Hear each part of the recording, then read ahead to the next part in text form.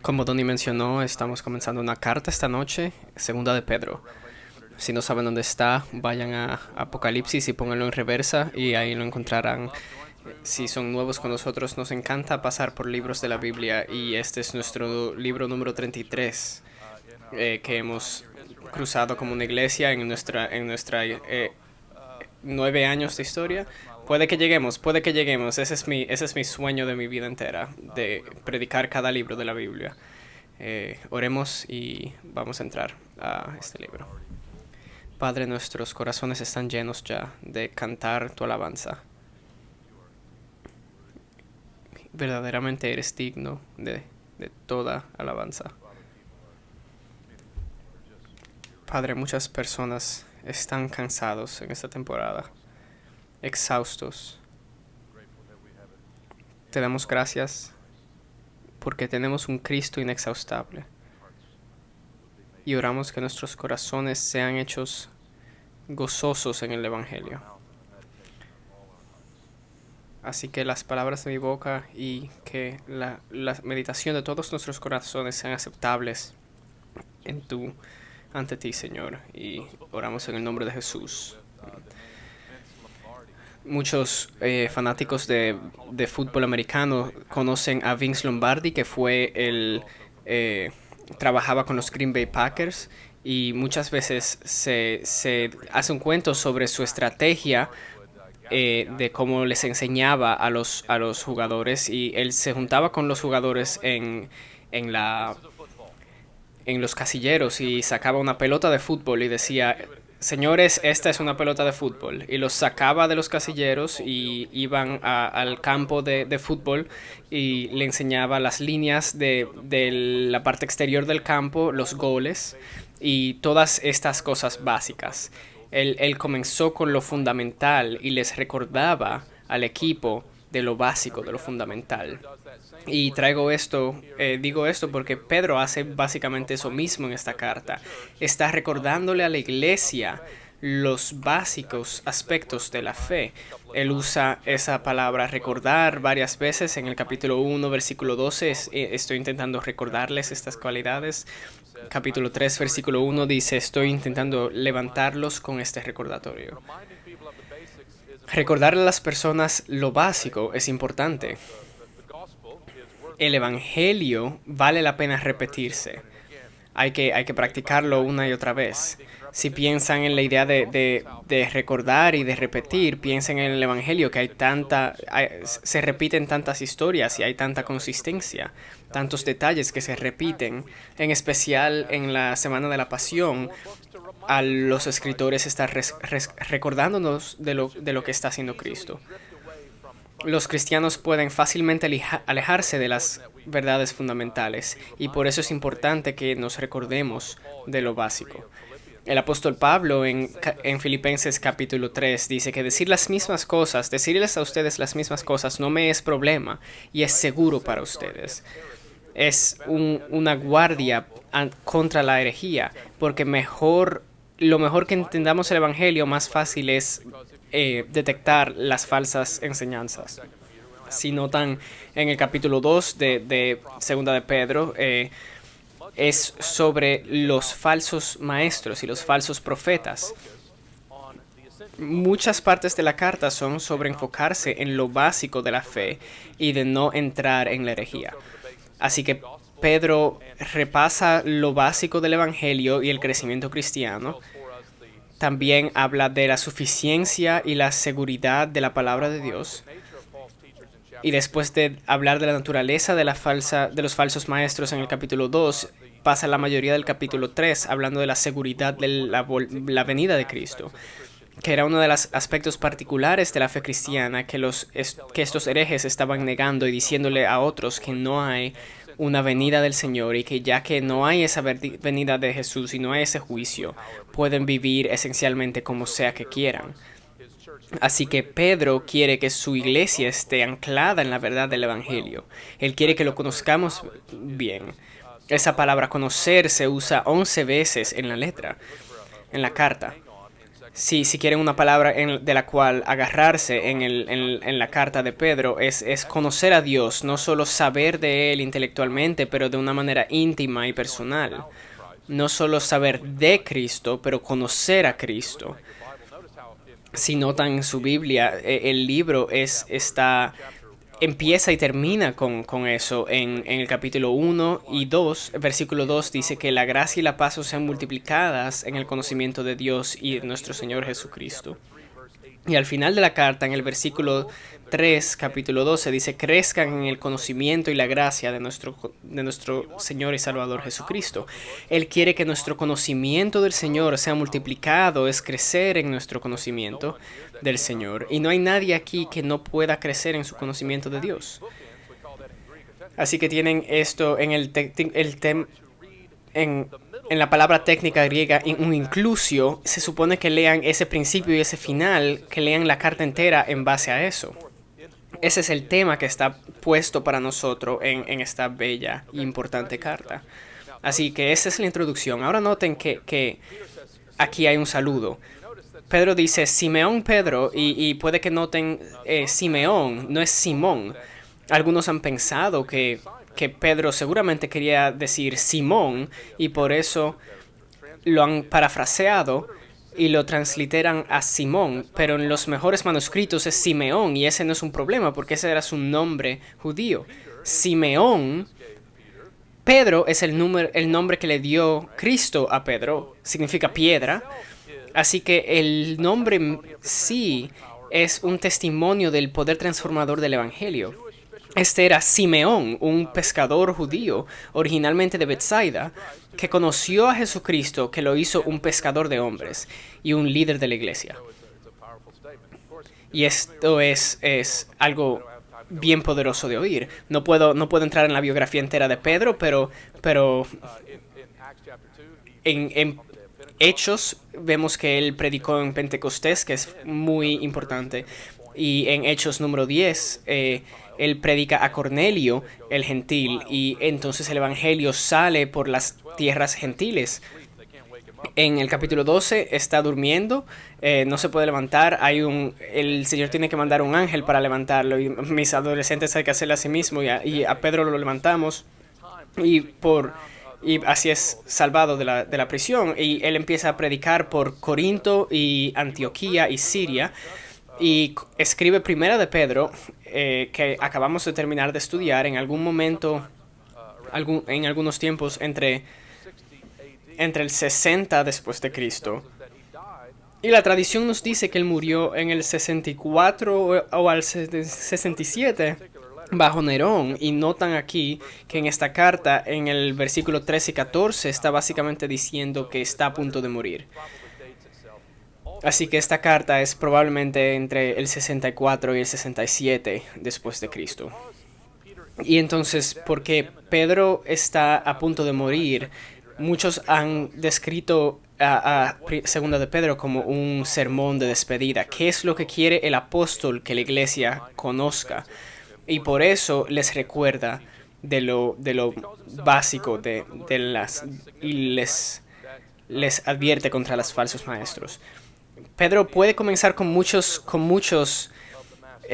títulos, pero en verdad, en fin, somos siervos del Maestro y un apóstol de Jesucristo. Y esta palabra viene esta carta viene con esta autoridad apostólica, y él está escribiendo a aquellos que tienen una fe como la nuestra mediante la justicia de nuestro Dios y Salvador, Jesucristo. Ahora, no se nos dice explícitamente a quién está escribiendo Pedro, pero parece ser, basado en el capítulo 3, versículo 1, él dice que es la segunda carta que les está escribiendo.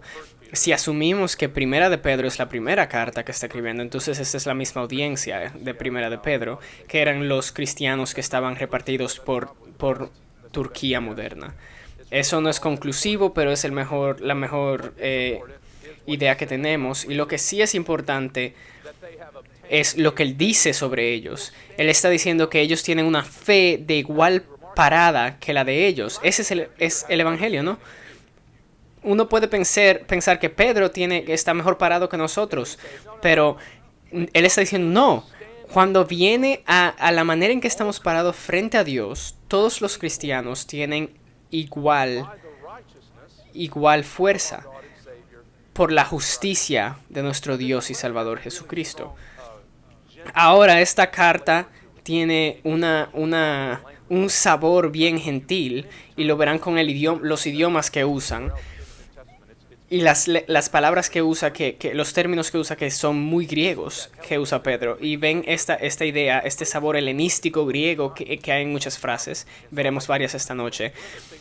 Pero creo que algo que Pedro está enfatizando desde el principio es que los gentiles no son ciudadanos de segunda clase, que no hay ciudadanos de segunda clase en el reino del cielo, que tú y yo esta noche somos igual de justos que Pedro o que Billy Graham por Jesucristo.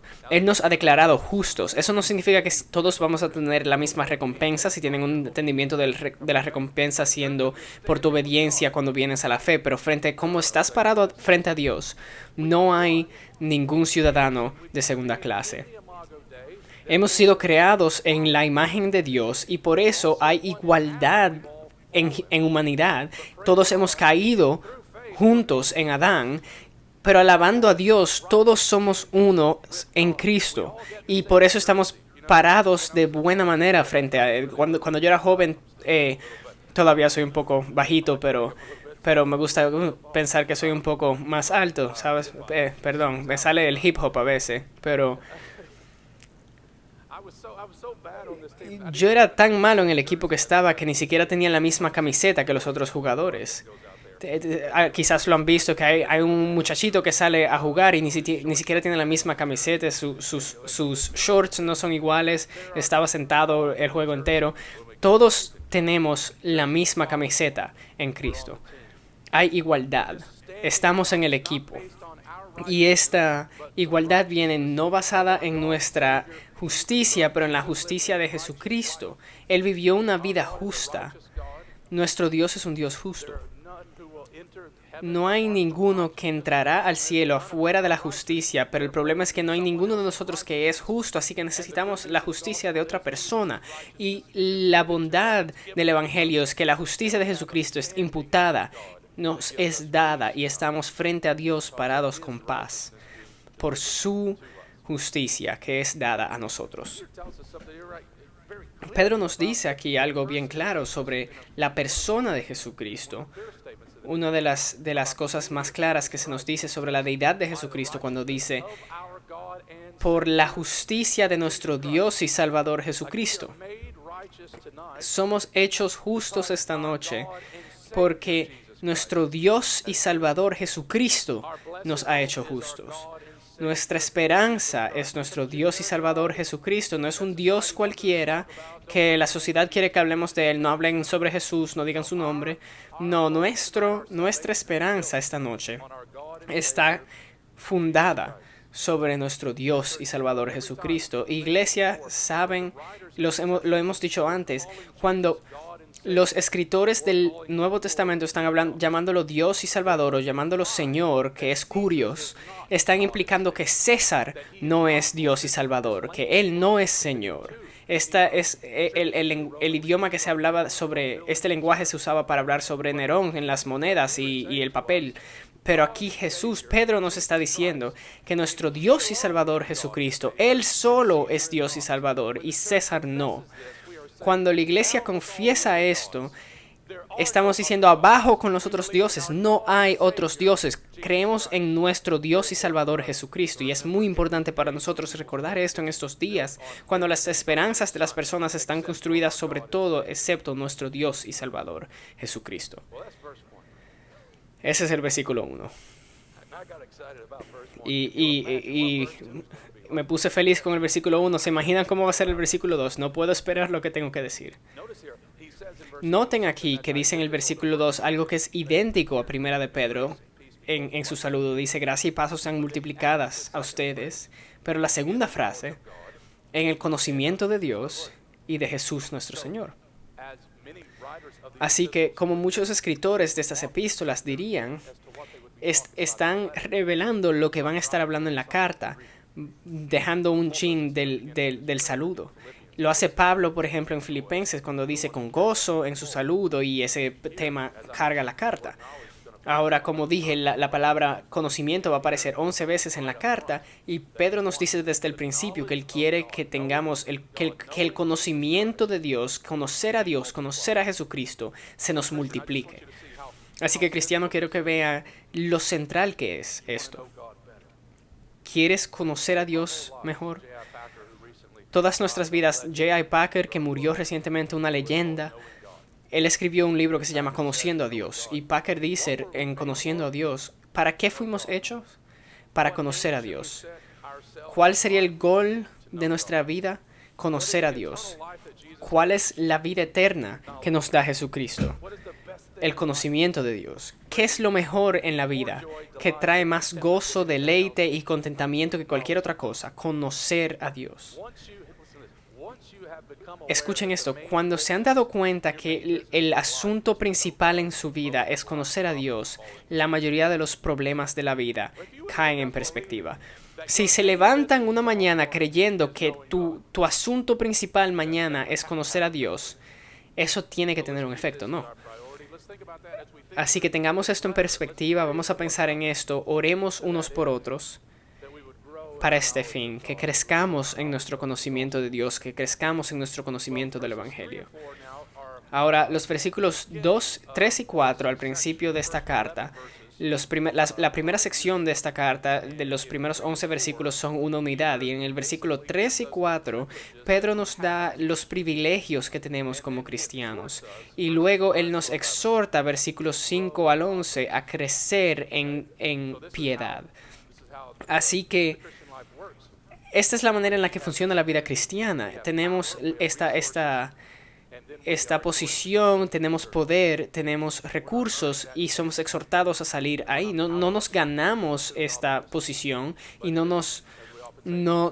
tenemos falta de poder para llegar a ser piadosos, pero tenemos esta verdad y este imperativo y empodera el imperativo. Así que tenemos estos privilegios, estos hechos sobre nosotros en los versículos 3 y 4 y déjame resaltártelos.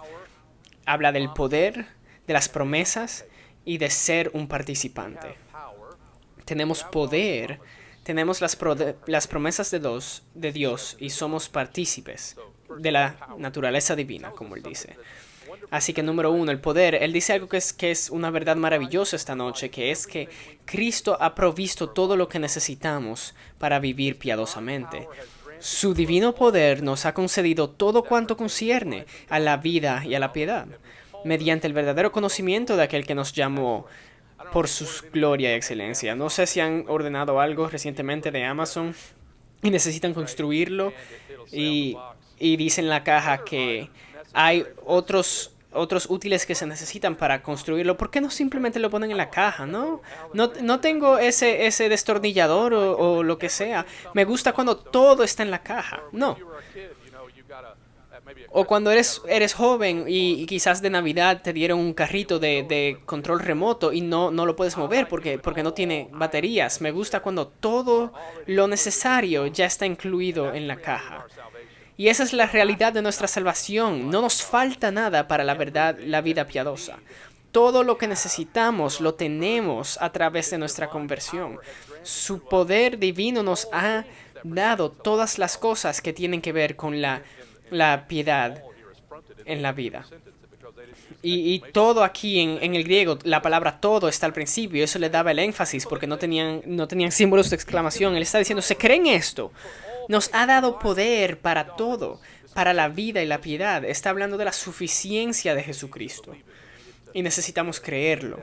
Necesitamos poner esto en nuestros corazones y creerlo, que tenemos los recursos para el gol de la piedad. La pregunta es si la piedad es tu gol. ¿Deseas piedad? Y si la deseas, necesitas ver que el perseguir la piedad, no hay falta de esperanza. No es desesperanzado nuestra lucha contra el pecado. Tenemos poder y me encanta como lo simple que es. No está diciendo que el poder divino se te ha dado para que puedas hacer hechos milagrosos y maravillas para encontrarte con el poder y darle a una softball como Michael Britt. El poder divino se te ha dado para que puedas tener revelación personal y empezar un culto. No, se te dio por un propósito, para la vida y la piedad. Y se nos ha dado su poder. Viviendo el Espíritu dentro de nosotros es el poder para decir sí a Dios y no al pecado. Y no es que hay que ir a buscar las llaves de la vida cristiana. La tenemos. No sé si se han buscado en su casa la llave o la tienen en sus bolsillos o quizás hasta peor en sus manos. No necesitan nada, pero tienes la llave para irte con el carro. Métete en el carro y vete. Tenemos lo que necesitamos para la vida y la piedad. Y se te ha dado. Esa es una palabra bella. Es un regalo. Nos ha sido dada. ¿De qué se trata la piedad? Esa es la palabra de reverencia, de alabanza a Dios. Que amamos a Dios, amamos a los otros, crecemos en el carácter de Jesucristo. Y noten esta frase aquí donde dice a través de nuestro conocimiento de Él, mediante nuestro conocimiento de Él. Entramos a este poder mediante el conocimiento. Este conocimiento, no solo el saber de Cristo, pero esta relación de conocerlo. Este conocer a Dios, fluye el poder a través de nosotros por ahí. Y si pensaron que si es necesario conocer para ser piadosos, sí, pero no solo cerebralmente, no solo son los hechos del Evangelio, pero es nuestra comunión con Dios, este conocer de Él. Así es que crecemos en piedad. Mientras más lo conocemos, más seremos como Él. Y Él nos ha llamado a través de su gloria y su excelencia. Así que Jesús nos llama, nos da poder. Y vemos su gloria. Es una descripción bella de la conversión, que empezamos a conocer a Cristo como el más glorioso. Lo vemos como nuestro mejor bien, nuestro mayor gozo. Y somos como Lucy en Narnia, que al crecer le dice a Aslan, estás más grande. Y él le dice, eso es porque tú eres más vieja, pequeña. No por tú ser más grande, dice Lucy. Y él dice, no, cada año que creces tú me encontrarás a mí más grande. Y esa debería ser la vida cristiana. Cada año crecemos y encontramos a Cristo más glorioso, más excelente. Así que creo que el peligro aquí es con Cristo, no es aburrirnos de Él, es verlo no glorioso. Nos alejaremos teológicamente y moralmente si no vemos sus glorias y su excelencia. Dios nos da todo lo que necesitamos. Él no nos convierte y nos dice, buena suerte con eso, vaya y búsquelo. No, Él nos da todo lo que necesitamos. Pablo dice, ¿qué tenemos que no hemos recibido? Así que ¿por qué se glorían como si no lo recibieron? Tenemos gracia en el pecado para cubrir, en el pasado para cubrir nuestro pecado. Tenemos justicia frente a Dios. Tenemos gracia en el futuro que Cristo vuelve. Y tenemos gracia en el presente. Tenemos poder. Todo lo que necesitamos para la vida y piedad. Creo que estoy predicando con más tiempo en el aire acondicionado, pero eso nos lleva al versículo 4, las promesas. Las promesas gloriosas se nos han dado al pueblo de Dios a través del Evangelio, el Evangelio que nos da todo lo que necesitamos. Dice por medio, y creo que el por medio se refiere a la gloria y la excelencia, por medio de las cuales nos ha concedido sus preciosas y maravillosas promesas. Las promesas que se cumplen en Cristo son las promesas gloriosas y excelentes. Él es el cumplimiento de estas promesas. Y Él dice, por virtud de ser cristianos, han recibido estas promesas. En realidad han hecho más que solo recibirlas, las están experimentando. Estas promesas que son igual de viejas que Génesis 3, la promesa de uno que vendrá y aplastará la cabeza de la serpiente, las promesas que son igual de viejas que Abraham, que han sido cumplidas en Cristo y aún todavía no han sido cumplidas. Dios es un hombre que promete, Dios promete y mantiene sus promesas. Hemos heredado estas promesas. Ahora las promesas del Antiguo Testamento al Nuevo, el perdón de los pecados, el Espíritu Santo, son promesas gloriosas y buenas, pero creo que las promesas que tiene Pedro aquí son las promesas de la segunda venida de Jesucristo. Y baso esto en el capítulo 3. Ahora noten estas 3 referencias rápidas sobre las promesas de su venida. El capítulo 3, versículo 4 dice, ellos dirán, ¿dónde está la promesa de su venida? Así que los falsos maestros estarán diciendo, escépticos, cínicos, negando su venida. El versículo 9 dice, el Señor no es lento al cumplir sus promesas, como algunos cuentan la lentitud, pero Él tiene paciencia, deseando que ninguno se pierdan, pero que todos se arrepientan. Así que Dios tiene gracia en venir lentamente. Él está dando la oportunidad de arrepentirse, y en el capítulo 3 dice, según sus promesas esperamos el nuevo cielo y la nueva tierra donde vive la justicia. Los falsos maestros estaban negando estas promesas, pero somos un pueblo que ha heredado estas promesas, experimentamos sus promesas y ahora vemos hacia adelante esperando la gloria de Cristo volver y verlo y transformarnos a su similitud. Esa es la esperanza que buscamos. Estoy esperando que vuelva a lo normal, entre comillas, como cualquier otra persona, pero en la vida normal todavía habrá muerte, todavía habrá sangre en la calle. Pero cuando Cristo vuelva a traer un nuevo cielo y una nueva tierra donde vive la justicia, no habrá más muerte, no habrán más enfermedades, no habrá sangre en la tierra, en la calle, no tendremos que cerrar las puertas de la casa.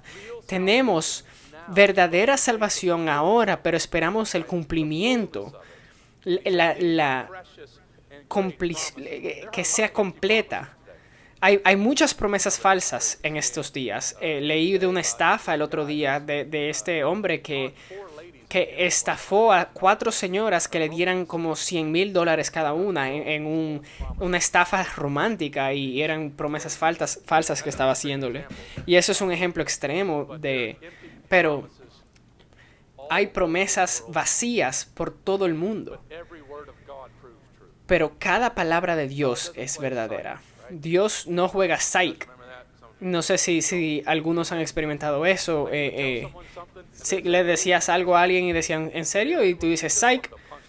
Y querías pegarle una trompada a esa persona. Mira, puedes beberte el resto de mi bebida después de este trago. Y dice, ¿de verdad? Y dices, psych. Dios no hace eso. Cada palabra de Dios es verdadera. Y la palabra de Dios no es reemplazable. Vivimos en estas promesas y piensen en estos 2 puntos. Tenemos todo lo necesario para crecer en piedad. Tenemos el poder y las promesas. Tercero, somos partícipes. Dice que estas promesas, lo que está pasando es que a través de ellas, a través de creer en ellas, en Cristo, el cumplimiento de estas promesas, te vuelves algo. Algo te pasa en tu naturaleza. Te vuelves un partícipe en la naturaleza divina. Esta es la palabra koinonia, que se traduce a compartir o participante en algo. Eres partícipe. Y después de la cena dice, ¿quieres participar en nuestro almuerzo?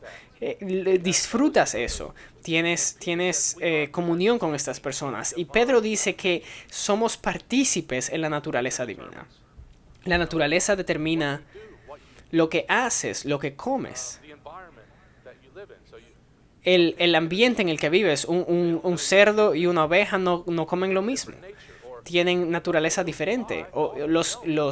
Las águilas vuelan, los delfines no, están en el agua porque tienen una naturaleza diferente. Y nosotros participamos en una naturaleza diferente, tenemos un apetito diferente, deseamos la palabra de Dios porque compartimos la vida eterna participando en la imagen divina. Y eso es algo que será cumplido luego. Aunque es verdad ahora, en esta salvación ahora, pero todavía no. Piensan en 1 de Pedro capítulo 5, dice que Él es partícipe en la gloria que será revelada. Y estamos participando ahora en la naturaleza divina y participaremos luego en la gloria que será revelada. Ahora, no deberíamos tropezarnos con esta naturaleza divina y irnos en la dirección equivocada. Él está usando esta expresión griega porque está hablando primeramente a una audiencia griega que es familiarizada con esta idea. No es que somos deificados, que nos volvemos dioses o algo así, pero que la imagen de Dios, que somos creados en la imagen de Dios, aunque está ensuciada por el pecado. Pero al convertirnos, la imagen de Dios se restaura dentro de nosotros y un día será completamente restaurada. La naturaleza divina aquí es simplemente la idea de la piedad, que nos hemos vuelto participantes en la naturaleza divina, que compartimos el carácter de nuestro Salvador. Nuestra naturaleza ha cambiado, somos nueva creación, como dice Pablo. Y hay maneras en las cuales nos asemejamos a Dios. En la teología hablamos de esto como atributos comunicables de Dios. Hay atributos incomunicables, atributos de Dios que no puedes compartir, como su omnipotencia, todo, su poder. No somos omniscientes, no sabemos todo, aunque mis hijos piensan que ellos... Mi esposa sí sabe todos de ellos. Una vez les dije, muchachos, saben que yo sé todo sobre ustedes, porque su mamá me dice. No compartimos esos atributos, pero sí compartimos atributos como el amor. Y esta lista que viene en los versículos 5 al 11, podemos ser como nuestro Dios. ¿Y cómo exhibimos estas cualidades de ser como Dios, del amor? Es acercarnos a Jesús. Es a través del conocimiento de Jesús que nos volvemos más como Él. Es como cuando vas a un restaurante de buen barbecue, sales del restaurante y hueles a barbecue. Cuando estás en la presencia de este restaurante, tienes ese aroma contigo. Y si vas a jugar billar en algún lado, huele igual. Es un aroma muy diferente de cuando sales. Una vez fui a West Virginia a jugar billares con unas personas y se llamaba el bar de los mineros de unos mineros y era un aroma extraño cuando sales de ahí. Es oliendo como Cristo, es hacer lo que Cristo hubiera hecho, pero cuando estás con Cristo, cuando creces en tu conocimiento de Cristo, ahí es que empezamos a parecernos a Jesús. Él dice algo al final de aquí que para describir nuestra conversión, cuando dice, habiendo escapado de la corrupción que está en el mundo por el deseo, la concupiscencia. Igual que las personas pueden salir con la dirección equivocada, con la naturaleza divina, muchas personas se van con el lado equivocado con esta frase. Esto no significa que ya no puedes pecar porque eres cristiano y porque tienes una naturaleza divina. Doug Moo, un comentarista, una vez dijo que fue llamado a mediar un conflicto en una iglesia porque había un falso maestro en la iglesia diciendo, basado en estos versos, que es imposible para ahora un cristiano pecar. Y estaba diciéndole a una muchacha que duerma con varias personas. Y está bien porque ya no puedes pecar. Bueno, no hagas eso y no saques eso de este texto. Esto está hablando de lo que ha pasado en la conversión con nosotros. Todavía podemos pecar. Si no pudiéramos pecar, Pedro no nos dijera que seamos piadosos, pero tenemos como cristianos una nueva relación frente al pecado y ya el pecado no tiene el poder sobre nosotros que antes tenía. Así es que hemos escapado. No somos completamente libres de esto y no seremos hasta el escatón. Pero gracias a Dios, el pecado ya no nos tiene dominio sobre nosotros. Por eso es que eso se relaciona al poder divino. No estamos desesperados frente a ser como Dios, a ser piadosos. Hemos escapado de la corrupción a través de la corrupción de este mundo que existe a través de la concupiscencia.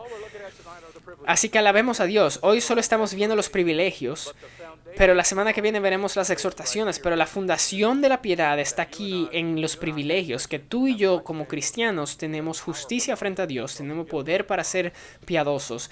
Dios nos ha dado sus promesas y por eso estamos en esta salvación ahora, pero todavía no. Así que atemos estas cuerdas. La vida cristiana se centra en Jesús. Todo en este pasaje que hemos visto está a través de y para Jesucristo. Pedro es primeramente siervo de Jesucristo. La justicia viene a través de nuestra fe en Jesucristo. Nuestra esperanza está en Jesucristo. Es muy importante para esta carta esta idea de que Cristo sea central, porque las personas se entran a falsas enseñanzas alejándose del centro. Así que queremos centrarnos en Jesucristo. Segundo, la vida cristiana es un regalo de gracia. Versículo 3, se nos ha concedido este poder. En el versículo 4 nos ha concedido sus promesas. Nuestra seguridad no está en mantener las promesas que nosotros le hacemos a Dios, pero en las promesas que Dios nos ha hecho a nosotros. Tercero, la palabra y el Espíritu están incluidos en la vida cristiana. Los cristianos muchas veces separan uno y enfatizan el otro, pero no, necesitamos el poder y necesitamos las promesas. Necesitamos la palabra y necesitamos el Espíritu. Eso es lo que tenemos.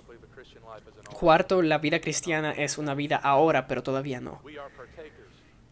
Somos partícipes, hermanos y hermanas, esta noche en su salvación gloriosa. Es verdad, es real. Y esperamos que sea completada. Y con todo esto en mente, oremos y preparemos nuestros corazones para tomar la mesa. Padre, te damos gracias esta noche por tu palabra. Te damos gracias por las promesas que has hecho, las promesas que mantienes y las promesas que nos esperan. Somos un pueblo de promesas. Gracias, Jesús, por la justicia que tenemos frente a nuestro Dios, por tu muerte sustitutora y por tu vida y por tu resurrección, y esperamos, Señor, tu venida y pensamos en esto para tomar tu cena. Decimos que tú eres digno, que tú nos has dado lugares en esta mesa y te damos gracias. Sé glorificado dentro de nosotros ahora, Señor. En el nombre de Jesús oramos. Amén.